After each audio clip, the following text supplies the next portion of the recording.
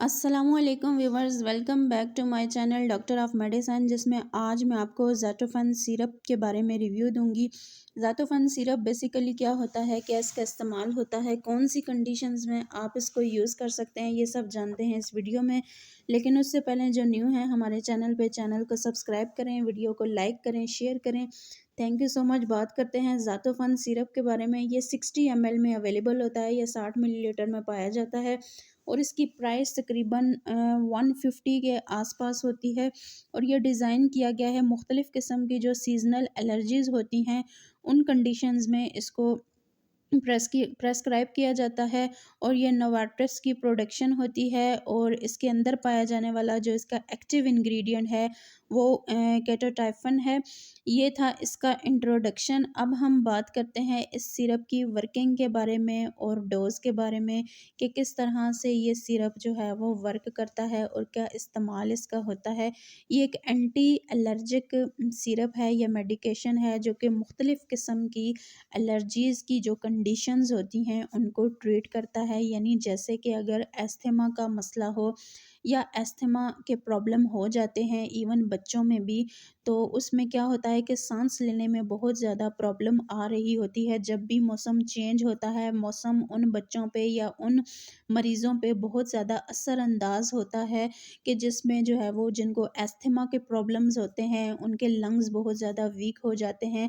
उनके जो लंग्स के अंदर सैक्स पाए जाते हैं उनमें एयर जो है वो प्रॉपर्ली पास नहीं हो रही होती, जिसकी वजह से बच्चों में खांसी की शिकायत ज़्यादा हो जाती हैं।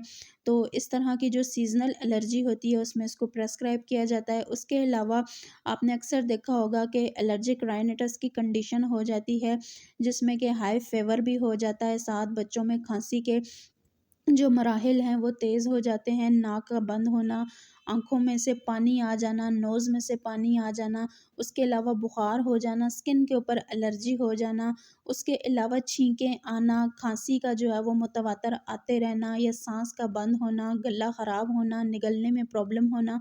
तो इस तरह के ये जितने भी इश्यूज़ हैं इसमें इस सिरप को प्रेस्क्राइब किया जाता है। इस सिरप को जो है वो डेली बेसिस पे जो है वो इस्तेमाल किया जाता है। और बाज़ ऐसे मरीज़ भी होते हैं कि जिनको जो है वो ऐसी जगह के जिसमें उनका बैलेंस ना हो, जैसे कि ऊंचाई से या गहराई से चलना हो, तो उस मकसद में ये उन मरीज़ों में ये होता है कि उनके जो सांस के प्रॉब्लम है या उनका जो सांस है वो बहुत ज़्यादा फूल जाता है, उनमें सांस लेने में बहुत ज़्यादा प्रॉब्लम्स सामने आ रही होती हैं, तो उस तरह के मरीज़ों के लिए भी ये सिरप बहुत ज़्यादा बेस्ट है। इस सिरप को लेने का तरीक़ाकार ये होता है कि डेली आपने 2 मरतबा इसका इस्तेमाल करना है। और इसका इस्तेमाल जो है वो छोटे बच्चों में आपने 2 टाइम्स करना है, 1 बड़ा चाय का चम्मच, और जो बड़े मरीज़ हैं या जो बड़े लोग हैं उनमें जो है वो इसका इस्तेमाल 2 बड़े चाय के चम्मच आपने 2 दफ़ा करवाने हैं। ये था इसकी डोज़ का तरीक़ाकार। अब हम बात करते हैं इस सिरप के साइड इफ़ेक्ट्स के बारे में। तो साइड इफ़ेक्ट्स में ज़्यादातर सर में दर्द हो सकता है, आपका मुँह खुश्क हो सकता है, आपको गनूदगी आ सकती है, आपके मैदे में पेन हो सकता है और आपको जो है वो नाज़िया हो सकता है या उल्टी और मतली की कंडीशन आपको हो सकती है। अब बात करते हैं कौन सी कंडीशन में नहीं लेना चाहिए।